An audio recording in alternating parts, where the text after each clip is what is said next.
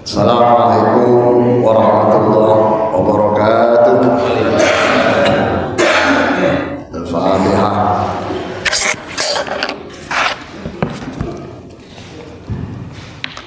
Shiratal ladzina an'amta 'alaihim. Kemudian barokah Fatihah khususkan kita semua, keluarga kita semua, jamaah Masjid Al-Firdaus.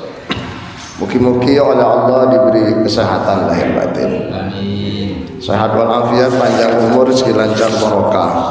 Usaha maju, bisnis semakin berkembang, hajat dan keinginan serta mimpi dikabul dijawab Allah Taala. Dijauhkan dari segala musibah, dijauhkan dari segala penyakit. Yang sakit apapun penyakitnya diangkat oleh Allah menjadi sehat walafiat. Dan yang punya tanggungan, punya hutang, punya kreditan, punya tunggakan, mugi-mugi oleh Allah dibantu untuk segera dibebaskan dan dilunasi. Kalau sudah lunas mudah-mudahan enggak hutang-hutang lagi. Al-Fatihah. Shiratal ladzina an'amta 'alaihim.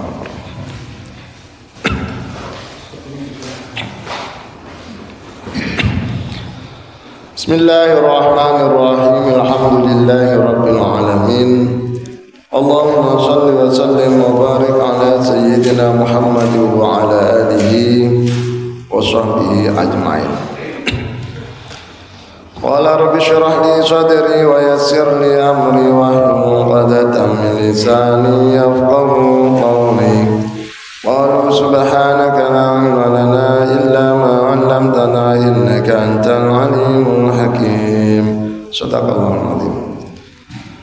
Qala mu'allif rahimahullahu ta'ala wa nafa'ana bihi wa bi ulumihi fid dharain amin. Bapak Ibu hadirin jamaah rahmatullah, sehat nggih?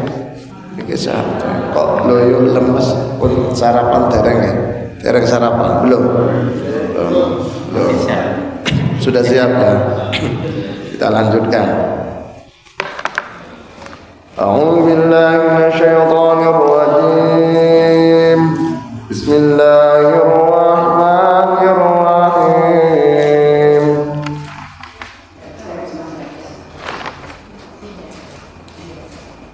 Wa 'allama Adama al-asma'a kullaha thumma 'aradahum 'ala al-malaikati فقال أنبئوني بأسماء هؤلاء إن كنتم صادقين قالوا سبحانك لا علم لنا إلا ما علمتنا إنك أنت العليم الحكيم قال يا آدم أنبئهم بأسمائهم فلما أنبأهم بأسمائهم قال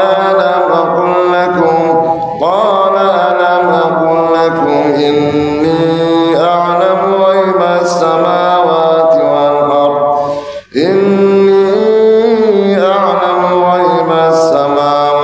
والأرض وأعلم ما تبدون وما كنتم تكتمون.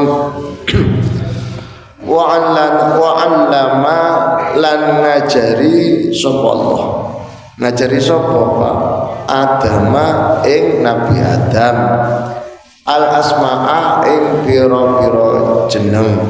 Ay asma'al musammaya tegese pira-pira jenenge perkara makhluk sing ana jenenge. Kullaha sakabehane asma'.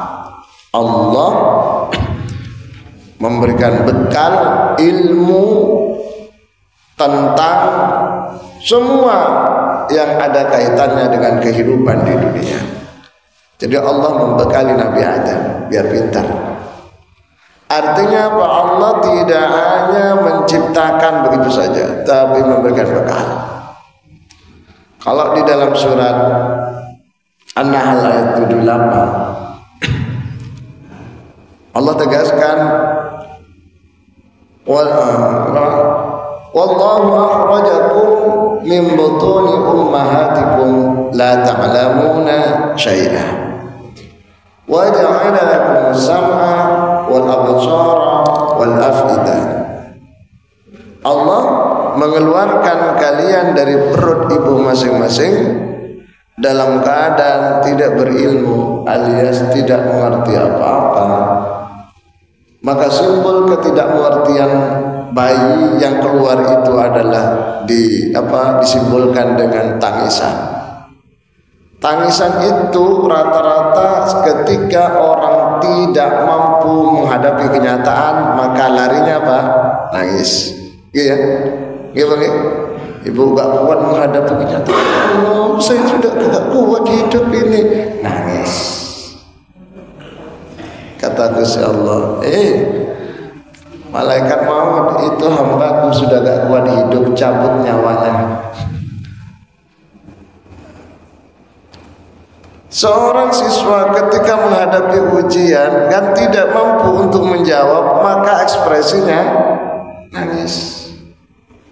Saya dulu punya kawan, salah seorang rektor, waktu tes dalam satu kesempatan sama sekali gak bisa jawab.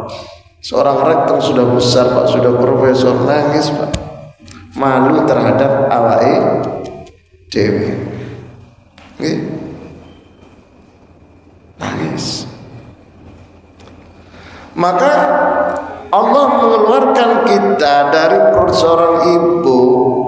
Ini semua keluar dari ibu ya. Ada yang keluar dari bapak. Ibu keluar dari ibu juga kan. Bapak keluar dari ibu, ibu keluar dari ibu. Ibunya keluar dari mana? Ibunya lagi. Terus ibunya keluar dari ibunya. Tapi ibu itu gak bisa mengeluarkan legawano bapak. Berarti hasil kerja sama. Hasil kerja sama yang baik akhirnya membuahkan hamil dan lahir sosok manusia baru yang disebut dengan janin atau bayi. Ini pembelajaran Pak. Bagian pertama, Allah mengajarkan Nabi Adam biar menjadi orang yang mengerti. Allama. Ilmu itu adalah, kalau dalam bahasa Arab, sesuatu yang konkret. Kalau ilmu dalam bahasa Arab, apa yang bisa terlihat oleh kasat mata khususnya dan umumnya untuk panca indera, itu biasanya ada kaitannya dengan ilmu. Bapak bisa melihat, itu ilmu. Ibu bisa minum itu air putih. Ilmu. Tapi ketika mengetahui sesuatu yang abstrak, yang tidak bisa kasat mata, dalam bahasa Arab namanya ma'rifat. Ini kebalikan dari bahasa Indonesia. Ada ilmu, ada pengetahuan. Apa yang dihasilkan melalui jerih upaya dan disajikan dalam keadaan terstruktur, tertata dengan data yang validitasnya terjamin, maka disebut dengan ilmiah. Itu kebalikan bahasa Indonesia. Tapi kalau dalam bahasa Arab, ilmu itu lebih dulu, kemudian yang lebih dalam lagi yang tidak bisa konkret, gak bisa dilihat dengan kasat mata, hanya bisa dilihat dengan perasaan, itu dengan ma'rifah. Makanya seorang hamba mengenal Gusti Allah, bahasa Arabnya adalah ma'rifat. Understand? Alhamdulillah. Ada satu lagi yang lebih tinggi dari ma'rifat, yang hanya diberikan pada orang-orang tertentu. Tidak semua orang diberi oleh Allah. Kalau ilmu, oke, semua orang, Muslim dan Muslim, mukmin dan mukmin, kafir, semua berilmu, asalkan dalam proses pencarian, proses pembelajaran, punya ilmu. Kalau ma'rifah hanya orang-orang tertentu yang melalui proses proses spiritualitas yang tinggi atau pengalaman rohani yang tinggi, itu yang akan merasakan ma'rifat. Pengenalan jati diri di hadapan yang Maha Kuasa Gusti Allah. Di atasnya ma'rifat ada satu lagi yang namanya hikmah. Hikmah itu paling tinggi, Pak. Tidak semua orang punya hikmah. Hikmah itu di atasnya ilmu. Yang disebut orang dengan terjemahan yang kurang pas, hikmah diartikan kebijaksanaan. Karena memang imbas dari orang yang punya hikmah itu akan selalu bijaksana dan tidak pernah kecewa, tidak pernah marah, tidak akan pernah menyesal, gak pernah gopoh, santai. Itu orang punya hikmah. Makanya Allah tegaskan, yu'til hikmata may yasha wa may yu'tal hikmata faqad utiya khairan katsira. Allah akan memberikan hikmah pada orang-orang yang Allah kehendaki, dan orang yang mendapat hikmah mereka sudah diberi kebaikan yang amat besar, yang amat banyak. Hikmah apa bedanya, Pak? Ilmu, ma'rifat, hikmah. Dalam bahasa Arab ya, bukan bahasa. Jenengan bisa wudu, Bu? Bisa wudu? Bisa. Itu ilmu. Bisa makan? Ya. Bisa sholat? Bisa. Bisa bubuk? Bisa. Bisa senden? Bisa. Itu ilmu. Ketika panjenengan mengetahui wudu, imbas dari wudu itu orang semakin bersih. Imbas dari sholat itu orang semakin adem, semakin dekat dengan Tuhannya, dengan Gusti Allah, semakin mengenal.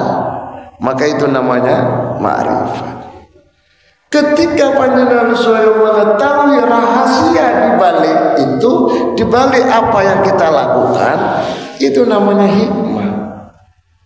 Ibu, wudu itu yang terutama yang dibasuh mukanya. Padahal tadi ibu sudah wudu, kemudian ngentut, wudunya batal. Gimana lagi? Bu, ibu, ini kok lemes kabeh. Assalamualaikum. Yang di luar aman? Nah, jadi ibu sudah wudu tadi, cuma ngentut. Maka ngentut itu dapat merusak wudu, membatalkan wudu, sehingga kalau pengen sholat atau pengen baca Quran harus wudu lagi. Pertanyaannya, kenapa orang itu yang ngentut bokongnya sing disiram mukanya? Betul? Apa jenengan kalau wudu bokongnya disiram kalau ngentut? Nawaitul wudu mukanya. Kenapa? Ulama menjelaskan karena muka itu sebagai representasi dari kehormatan. Ketika ada orang ngentut depan orang, yang malu bokongnya apa? Mukanya. Kalau ada seorang maling, seorang koruptor disut di depan umum, maka yang ditutupi apa tangannya yang ngambil atau mukanya? Berarti membasuh muka itu dalam rangka merontokkan sifat-sifat jelek yang dialami oleh muka. Mengetahui rahasia di balik membasuh muka. Itu contoh, Pak. Itu bagian dari hikmah. Allahu Akbar, tangan diangkat. Waktu takbir. Apa maksudnya? Kenapa kok Allahu Akbar seperti orang unjuk rasa itu? Takbir, Allahu Akbar ini, Pak. Oke. Tapi gini, Allah mengangkat kedua tangan itu simbol. Mulut mengucapkan Allahu Akbar, tangannya diangkat, perasaannya menyerap bahwa sesungguhnya Allah itu maha besar, maha agung, maha segala-galanya.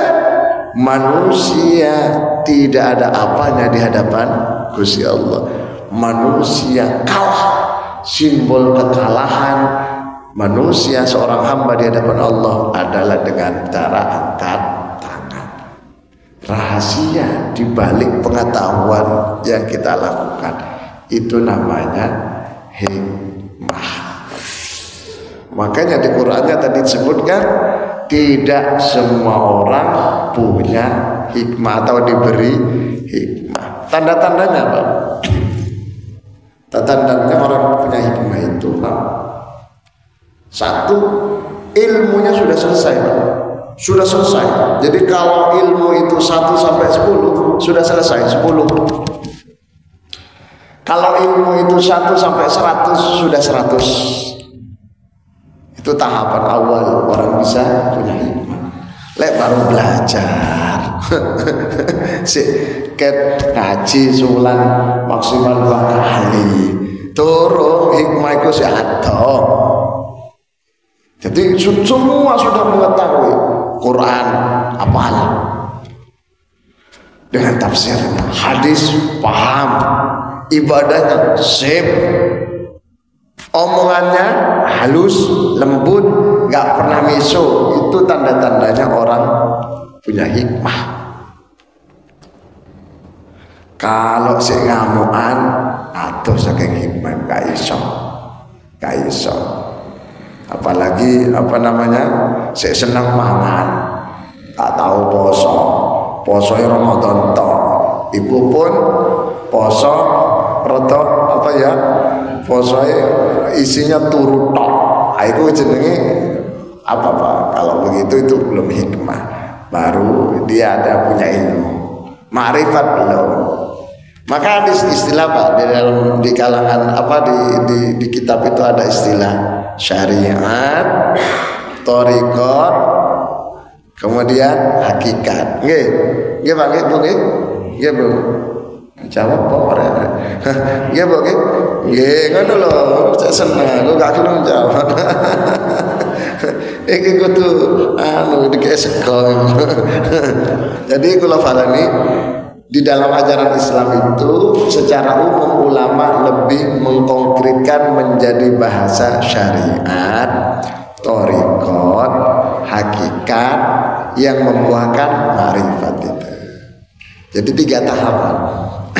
Itu biasanya di kalangan ulama Ahlussunnah wal Jamaah. Sebagian ulama, sebagian umat Islam maksud saya tidak mau menggunakan istilah syariat, thariqat, hakikat, tidak, tapi menggunakan istilahnya tahapan iman, Islam, ihsan. Sesuai Bukhari itu. Padahal iman itu nanti dikembangkan, Islam itu nanti dikembangkan, ihsan juga nanti dikembangkan. Maka dirumuskan menjadi 3 itu Pak. Artinya beda terminologinya, tapi maksudnya sama. Syariat itu apa? Aturan. Semua aturan yang Allah buat dalam Quran atau dijelaskan oleh Rasulullah dalam hadisnya, itu namanya syariat.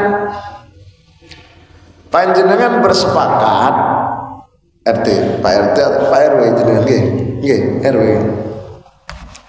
Di RW atau di RT bersepakat untuk misalkan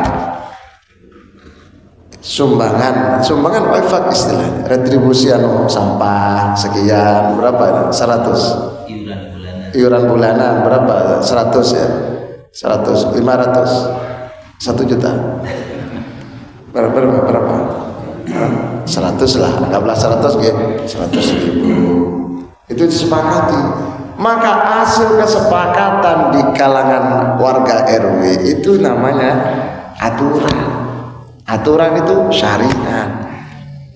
Likulli ummatin syir'atan wa minhaja. Setiap komunitas, setiap bangsa ada syir'ah itu syariat.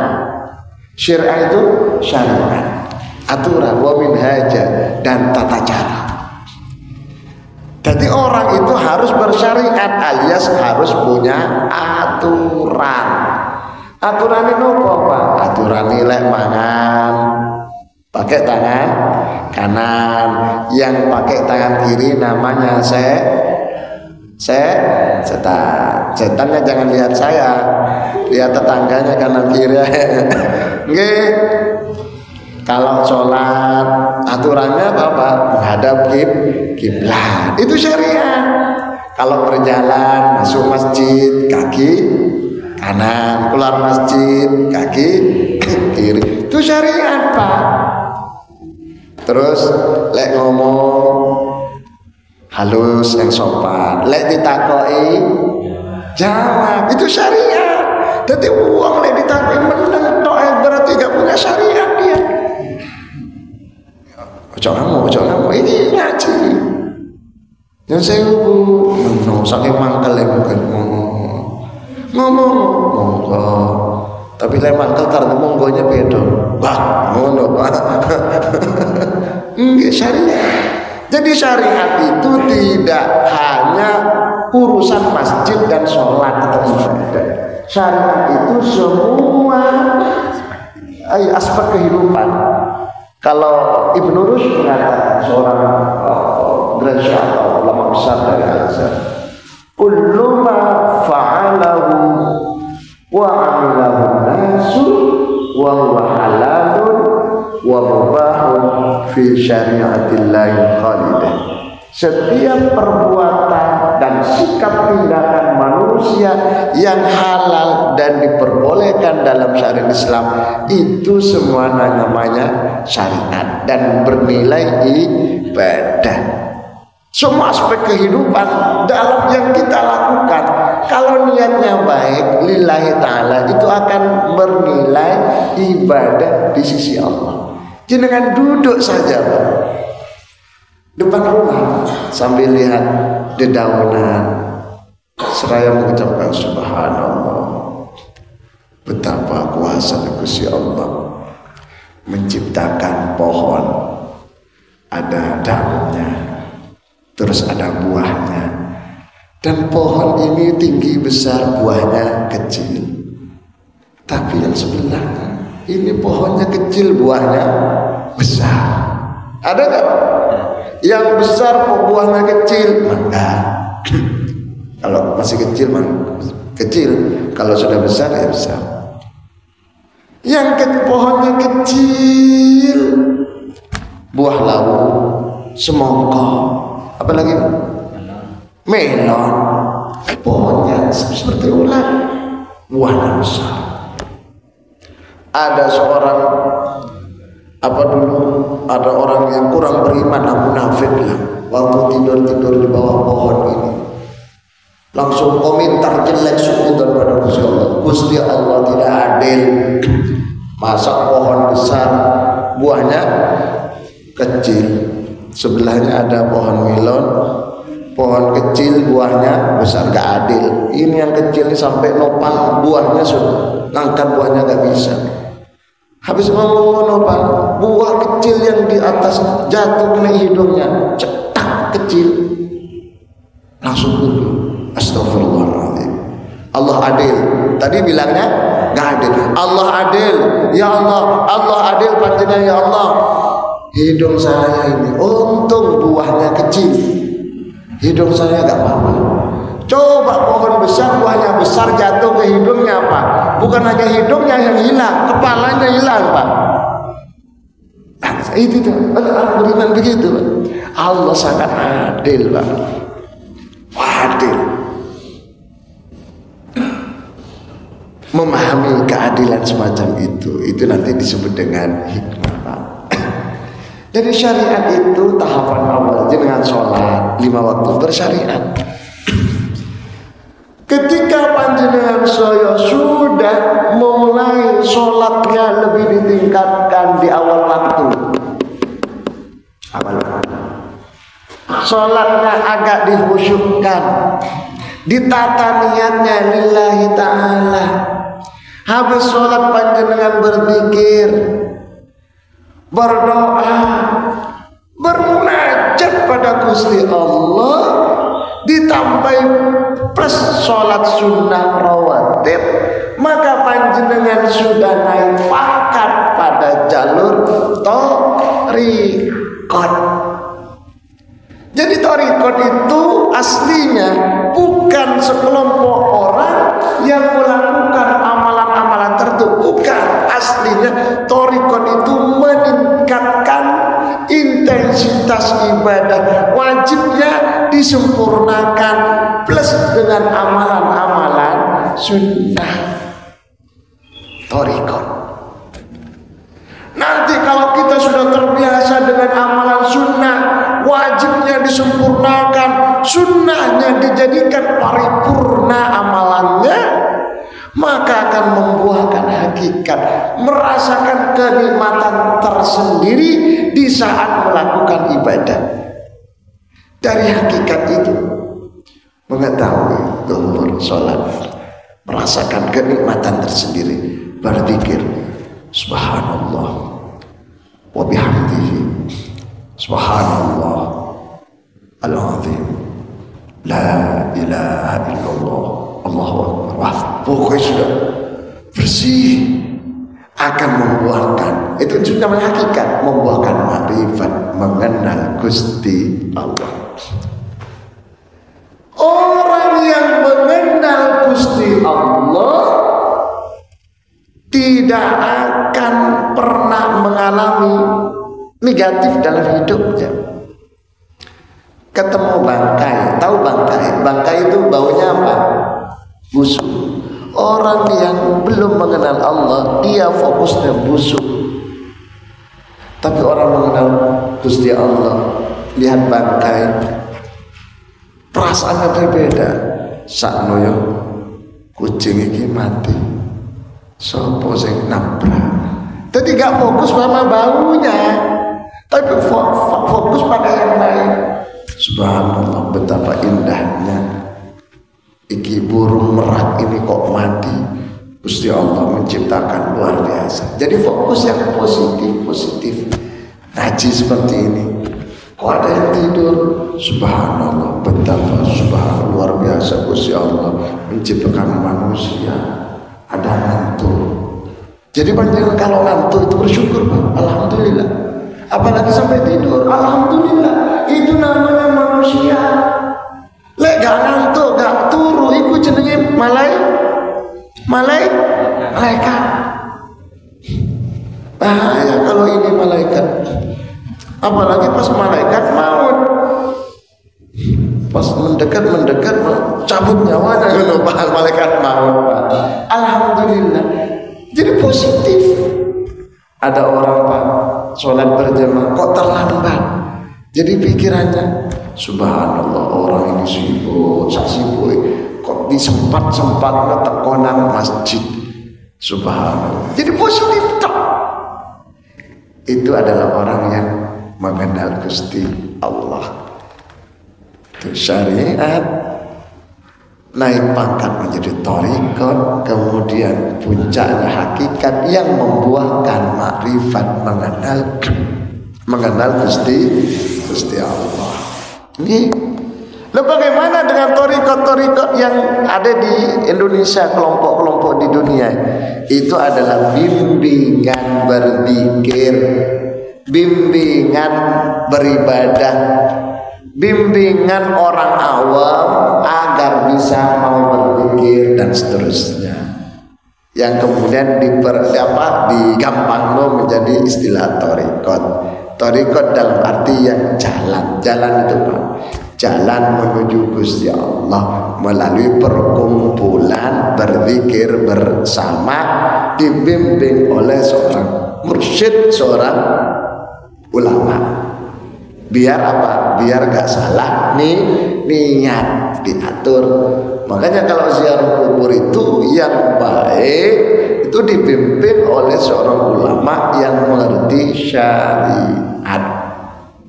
Harus ada pembimbingnya, biar tidak tersesat. Dibimbing mau kemana, misalkan tidak hanya ziarah kubur, jalan-jalan kemana Pak? Ancol misalkan rombongan Pak, Ancol nanti, atau umroh, dibimbing mulai berangkat, mulai di hotel, mulai di bis, dibimbing biar apa? Terarah. Maka alhamdulillah masjid-masjid terutama masjid sini dibimbing oleh seorang ustaz, seorang kiai, seorang profesor, seorang pemimpin agama, tokoh. Dalam rangka apa? Biar terarah. Gak cukup zikir dok pak, sholat dok gak cukup kalau gak ada yang bimbing. Zikir Allah lek wiritan pak, 1000 Astagfirullah ping 1000, sholawat 3000. Jadi bukan masalah apa istilahnya kuantitas atau jumlahnya pak, tapi apa kualitasnya. Ketika ibadah itu dibimbing oleh seorang pembimbing. Lanjut. Wa 'allama Adam al-asma'a kullaha.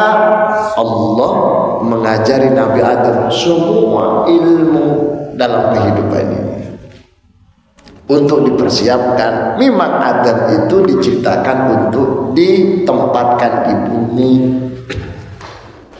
Maka ketika Nabi Adam makan buah khuldi itu aslinya bagian dari apa ya? Sunnatullah. Skenario agar jalannya Nabi Adam itu kembali ke bumi.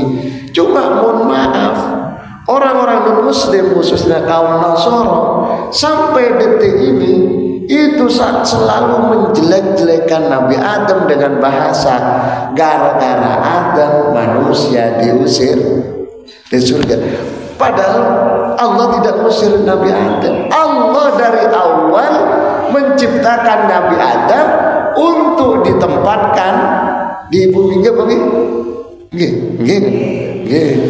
Ya wa il qala rabbuka lil malaikati inni ja'ilun fil ardi khalifah. Allah ciptakan Nabi Adam atau manusia yang bernama Adam untuk ditempatkan fil ardi, di bumi, bukan di planet yang lain. Maka aneh kalau ada manusia pengen hidup di planet yang lain. Itu menyalahi kodrat. Dan gak boleh. Tidak boleh menyalahi kodrat. Wong wedok gak gelem meteng. Enten nggih? Enten mboten? Enten. Wong iku mboten. Gak boleh. Ada yang gak mau hamil. Mas, jari ini saya wedok. Aku gak gelem meteng. Eman metengku, eman ininya ben gak berubah. Terus aku pengen punya anak, wis rabiomania tak apa-apa. Pokoknya aku gak meteng. Atau sewa rahim. Ada istilahnya sekarang itu sewa rahim. Rahimnya orang disewa. Terkadang pembantunya, asisten rumah tangga. Sing lanang gak kalah akal pak, sewa sing ayu. Ruwet pak. Seperti film di India itu, Salman Khan yang diperankan Salman Khan itu pak. Sing wedok apa? Kareena Kapoor ya, sing wedok Kareena Kapoor. Film-film sing lanang Salman Khan. Itu dalam film India itu pak, Kareena Kapoor gak iso meteng. Akhirnya pak, sewa rahimnya wanita pak. Orang lain. Salman Khan pinter golek sing ayu. Karena Kapoor terpaksa karena ya akhirnya Pak setelah hamil punya anak ternyata karena Kapoor jatuh cinta ke Salman, Salman jatuh cinta ke Kapoor. Akhirnya terpaksa mereka menikah dan jadi 3 orang Pak. Karena Kapoor dengan madunya, Salman Khan plus anak kecil tadi. Jadi tiru, enggak iki saya cerita. Itu menyalahi kodrat. Wong diciptakan kok kon mangan Pak. Aja sampai gak mangan. Itu menyalahi kodrat. Yang wong wedok, wanita, hamil, lahir. Mohon maaf, itu diperintahkan Qur'annya untuk nyusoni. Ngerti nyusoni? Kok gak dijawab? Nyusoni. Biar anak sehat.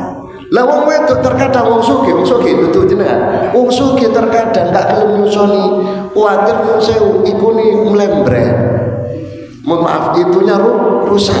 Apa itu, Pak? Nggih. Takut kan? Itu ya. Saya nggak enak, Pak. Mau ngomong lu nggak enak, takut. Ini padahal nggak secara medis, Pak. Katanya orang dokter, Pak.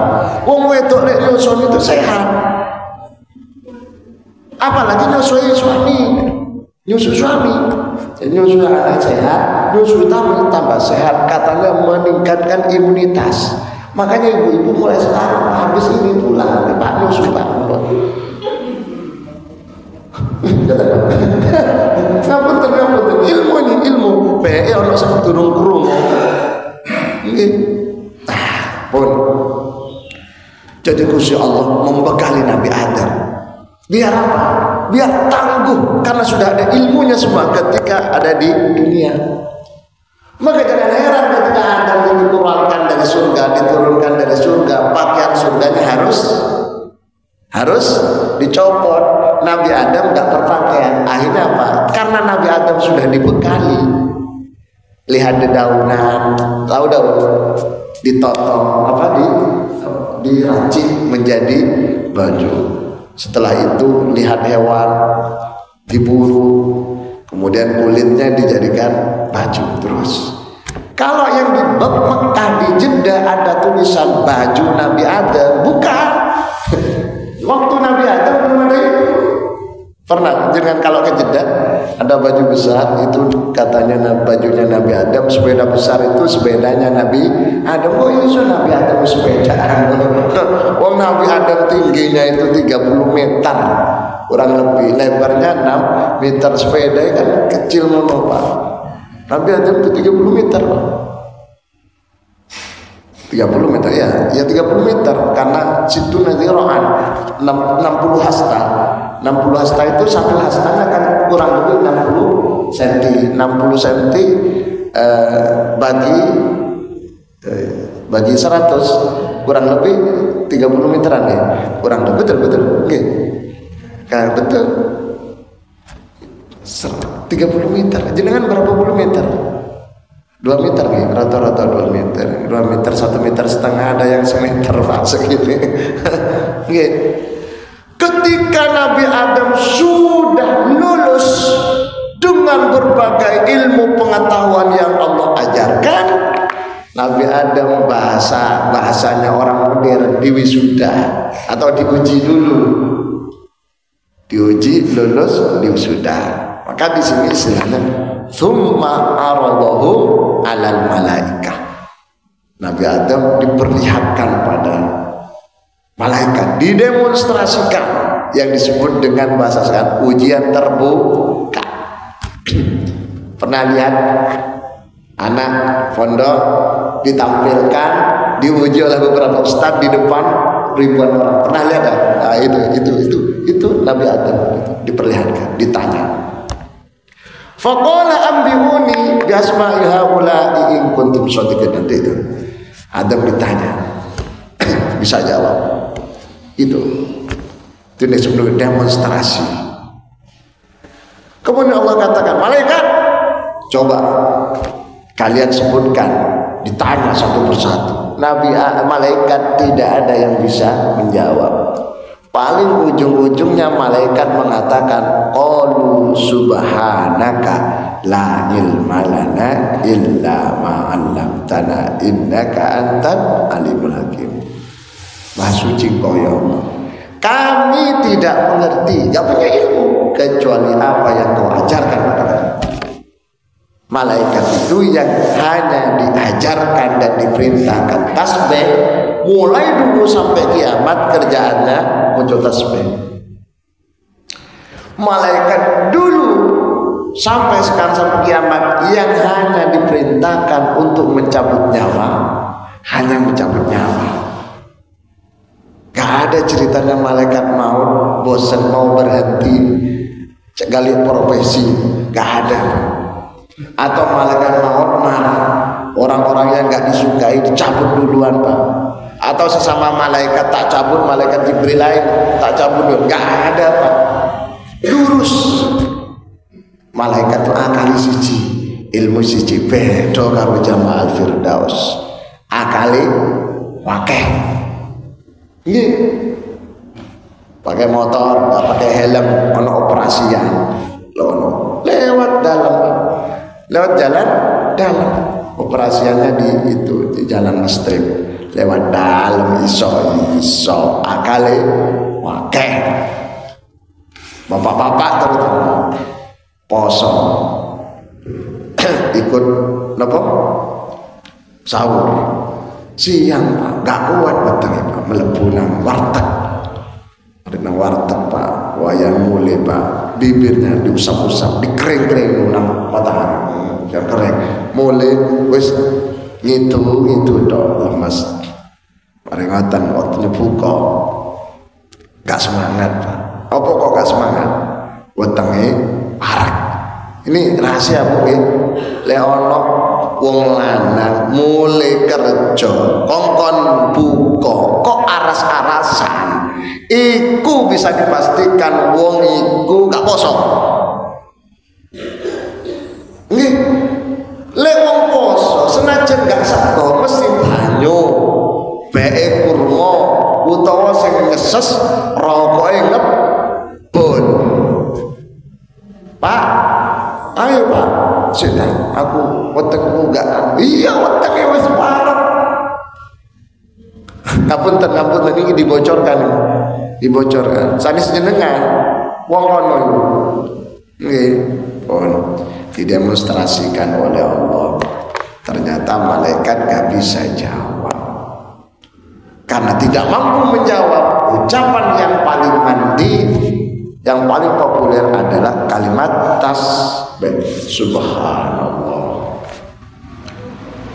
Bapak bisa begini, bisa seperti orang itu, apa subhanallah, gak bisa. Kalau anggota bisa, siap tidak bisa, kamu jangan gitu, siap salah. Loh, kalau salah kok siap. Kamu sudah makan, siap belum? Oh belum. Terus mau makan, siap mau. Pokoknya siap terus. Minta rokoknya dan siap. Jadi pelajarannya apa Pak? Dari dua ayat ini, satu, bahwa orang itu pengen pintar harus melalui proses belajar mengajar. Gak iso pintar dewe, lek gak tahu milo ngaji, gak kira dadi wong pinter, wong ngerti. Senajan punya HP yang super canggih, lihat di medsos, belajar di Google, searching di internet, gak akan pintar.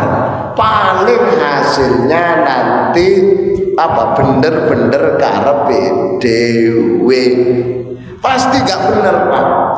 Kalau ngajinya tak ada pembimbing, gak ada ustadz yang membimbing mengarahkan, salah.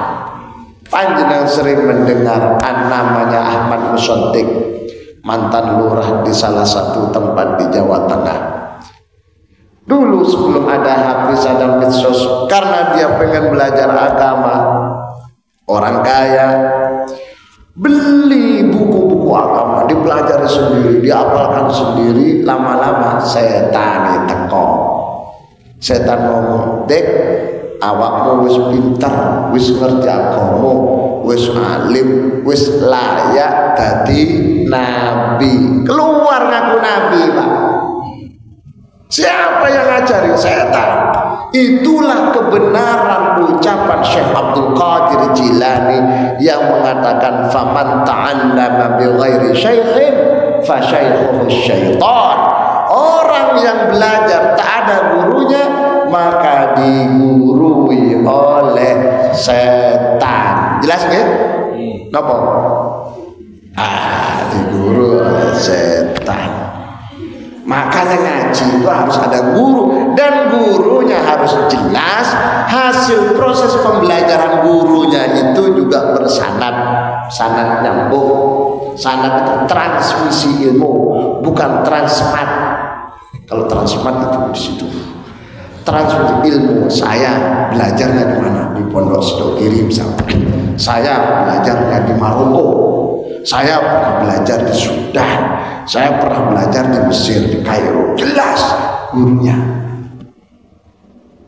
Ada orang yang gak jelas gurunya, sehingga apa? Pemikirannya menyimpang, gak pernah belajar sama guru. Siapa? Seorang yang terkenal dan diagungkan oleh para pengikutnya.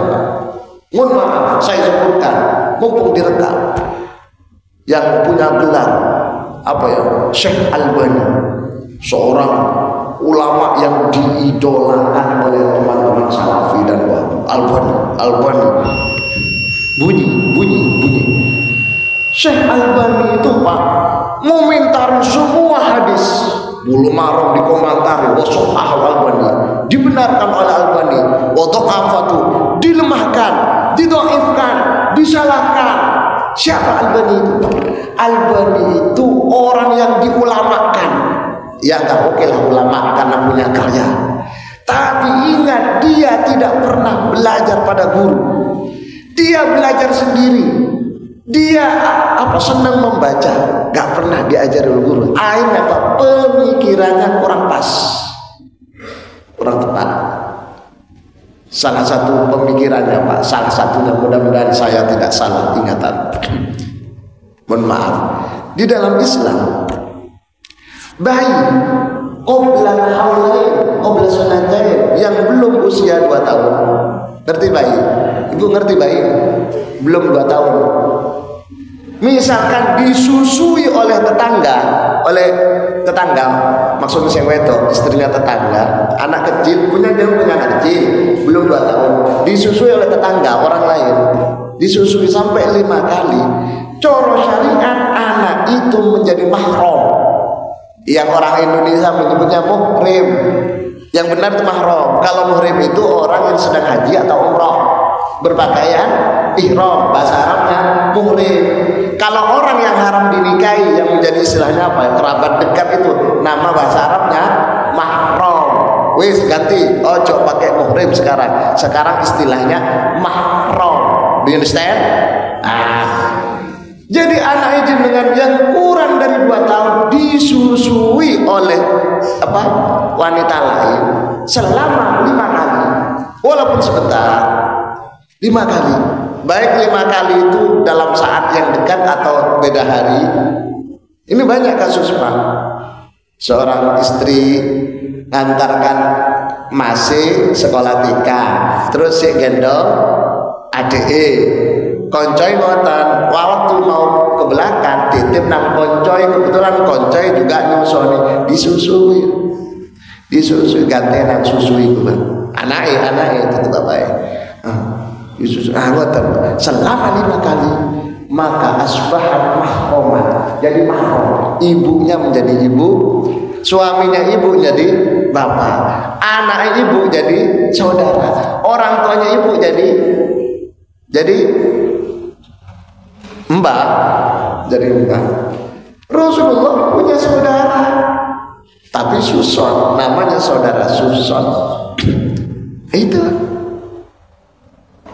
maka muncul ada istilah bank ASI, pusat penyediaan air susu ibu untuk bayi, bukan untuk bapak-bapak, untuk bayi.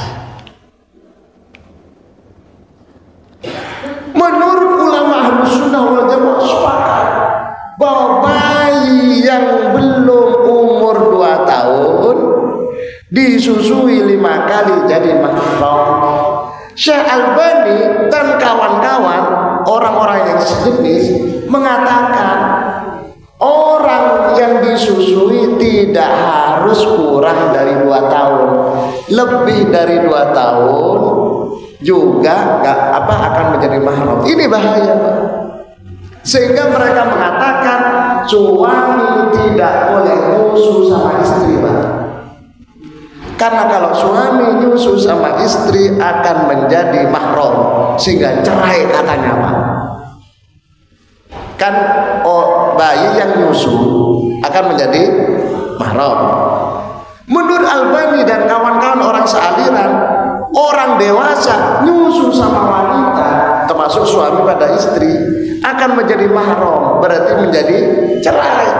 Nah, bahaya pemikiran ini. Tidak ada seorang ulama pun mengatakan demikian. Tidak ada hadisnya yang mengatakan demikian. Yang ada adalah orang atau bayi yang belum usia 2 tahun. Lek cara medis masih apa? Membutuhkan asupan ASI, sehingga ASI itu akan menjadi darah, menjadi daging, menjadi tulang. Bayi yang selalu dikasih ASI, antibodinya, imunitasnya, kekuatan tubuh, kekebalan tubuhnya akan kuat, sehingga tidak perlu membutuhkan suntik apa istilahnya? Apa itu? Suntik apa? Imunisasi. Gak perlu bagi bayi yang disusui 2 tahun. Lek gak disusui atau disusui kurang 2 tahun perlu, Pak. Betul. Coba perhatikan panjenengan orang-orang yang punya bayi yang disusui, gak tahu lorong. Musim panas sehat, musim dingin sehat, udan-udan sehat, gak tahu lorong karena antibodi kuat. Makanya nyun sewu bapak-bapak ya, ini yang titik-titik lorong biyen gak tahu disusoni. Pak, ya cocok susah iki gak oleh. Nah, ini nih Pak, itu bahaya. Artinya kembali lagi, Syekh Albani punya pemikiran yang agak berbeda semacam itu, dan tidak ada konsistensi di dalam ilmunya akibat dari dia dapatkan ilmu pengetahuan tanpa proses belajar pada seorang guru. Akhirnya apa? Kurang pas. Alhamdulillah panjenengan kita semua belajar. Saya walaupun gini Pak, jelas ilmunya, jelas belajarnya di mana, ketemu. Kan ada orang punya ijazah nggak jelas, moro-moro sudah dapat ijazah, fotonya kan ada ya. Dan ada fotonya dengan profesor gitu, padahal kapan kuliahnya, kapan belajarnya, langsung muncul ijazah. Yang jadi menteri sekarang itu ada ya, punya doktor, yang anggota dewan banyak Pak, itu ketua partai doktor, kapan kuliahnya, kapan daftarnya, doktor luar negeri itu kok ini doktor, dalam negeri nggak iso dodok neng kantor, dodok nang kantor. Kalau dalam negeri Pak, jadi subhanallah. Jadi kepanjangan saya panjangan kalau punya anak atau cucu ingin cari ilmu dalam negeri, kalau pengalaman luar negeri. Okay. Kalau ilmu agama aman di Mesir, di Maroko, misalkan di Timur Tengah tuh gak ada jual apa ijazah, gak ada.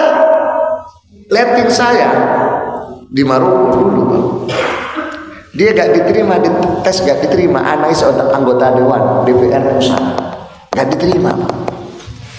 Gak diterima, tes gak diterima, belum bayar apa-apa. Ngomong bapak dasar orang dewan Pak, ngomong sama kedutaan besar, tolong bantu anak saya bayar, berapapun saya bayar. Lah, dikira Indonesia, dikira Eropa, dikira luar selain Timur Tengah. Kalau Timur Tengah gak ada gini. Kuliah. Kalau yang lain nggak ngerti, masuk urusan pendidikan. Lek lulus pancen lulus. Oke. Mau waktu itu mau bayar 60 uang dulu. 1 juta itu besar Pak dulu Pak. Saya berangkat ke Afrika itu bawa 1 juta rupiah, 1 juta itu sudah besar dulu. Iya. Itu mau bayar nongko 60 gak diterima, gak bisa. Nah, saking pengennya belajar di Timur Tengah, kalau belajar itu harus jelas pun. Jadi sekali lagi kalau pengen belajar diharuskan ada gurunya.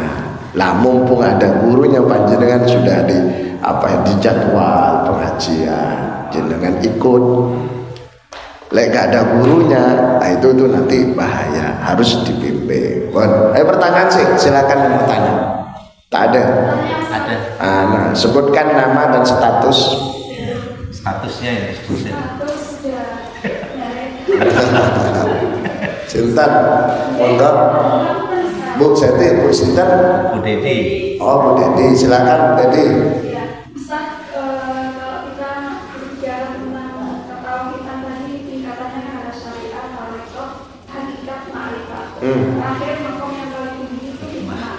Nah, menurut penjelasan Ustaz, kalau misalnya di Indonesia itu hakikat harus ada majelis kayak perkumpulan itu yang dipimpin oleh mursyid.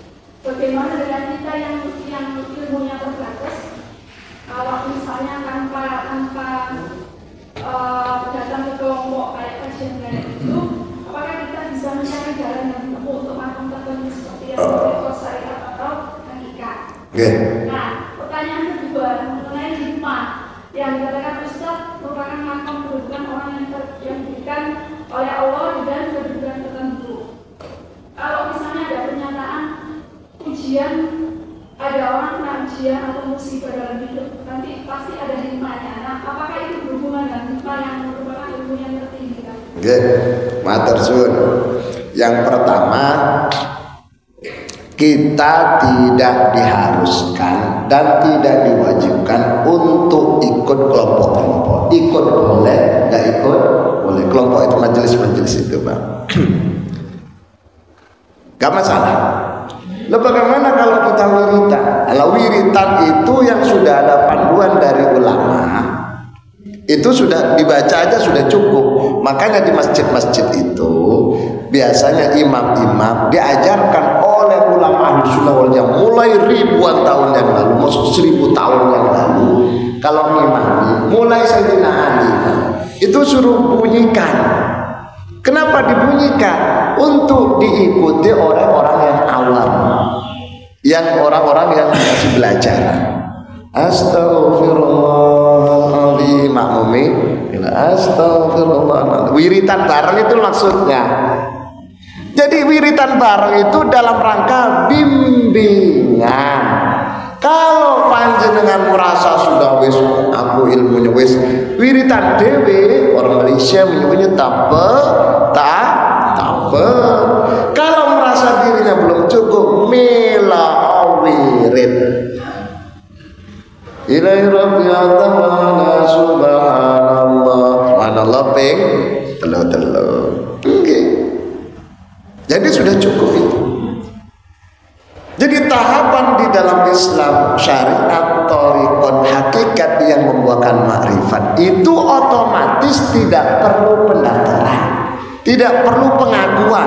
Otomatis kalau panjenengan aktif sholat 5 waktu, kok sholatnya di awal, ditambah kekhusyuannya ditambahi, wiritannya ditambahi, sunnahnya diangkatkan, itu berarti sudah naik pangkat otomatis. Lama-lama jenengan kalau sudah betul-betul wusul nyampe, nanti sudah masuk ke hakikat yang akan membuahkan pengenalan diri dengan Gusti Allah, bahasa Arabnya makrifat. Oh, sabar ya, pasti ada hikmahnya. Hikmah di sini dengan hikmah yang itu beda. Kalau hikmah di sini maksudnya Allah mengerti bahwa di balik kejadian itu dah rahasia. Tapi ini walaupun sama-sama hikmah, bukan hikmah yang disebutkan di awal itu.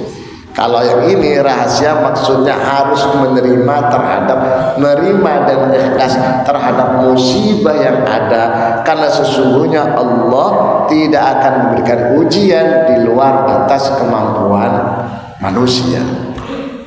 Rabbana wala tuhammilna ma la taqata lana bi. Allah tidak akan memberikan beban di luar kemampuan kita semua. Itu. Jadi rahasia dimaksud itu apa? Hikmah di balik musibah dengan hikmah yang Allah berikan pada seseorang itu beda.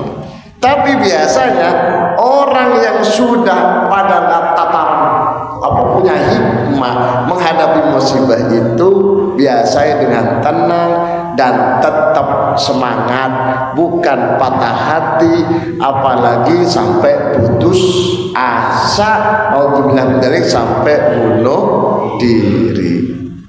Dulu ada di masa Rasulullah Ada orang yang sampai putus asa, akhirnya apa? Ngambil pisau terbuat dari kaki tulangnya unta, perutnya disuai, akhirnya mati bunuh diri itu minal kabair, termasuk dosa besar. Saking jengkelnya Rasulullah gak mau nyolati, tapi Rasul perintahkan silakan sholati, saya tidak. Nah itu makanya hati-hati, jangan ada niatan bunuh diri. Gak ada ya? Gak ada, insyaallah. Ngeten udah ini ya? Sudah terjawab ya? Ada lagi? Sampun. Tak ada. Baik, kalau gak ada, mungkin manfaat sesarengan ridho Allah SWT.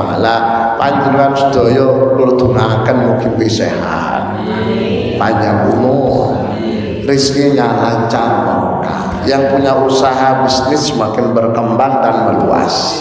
Al-Fatihah. Shiratal ladzina an'amta 'alaihim. Diakhiri dengan pembacaan surat Al-Asr bersama-sama. Al-Asri. Bismillahirrahmanirrahim. Wal 'asri innal insana lafi khusrin illa alladzina amanu wa 'amilus shalihati wa tawassaw bil 'adli wa tawassaw bis sabr. Subhanakallahumma wa bihamdika asyhadu an la ilaha illa anta astaghfiruka wa atubu ilaik. Wassallallahu alaihi wasallam walhamdulillahi rabbil alamin. Assalamualaikum warahmatullahi wabarakatuh. Waalaikumsalam.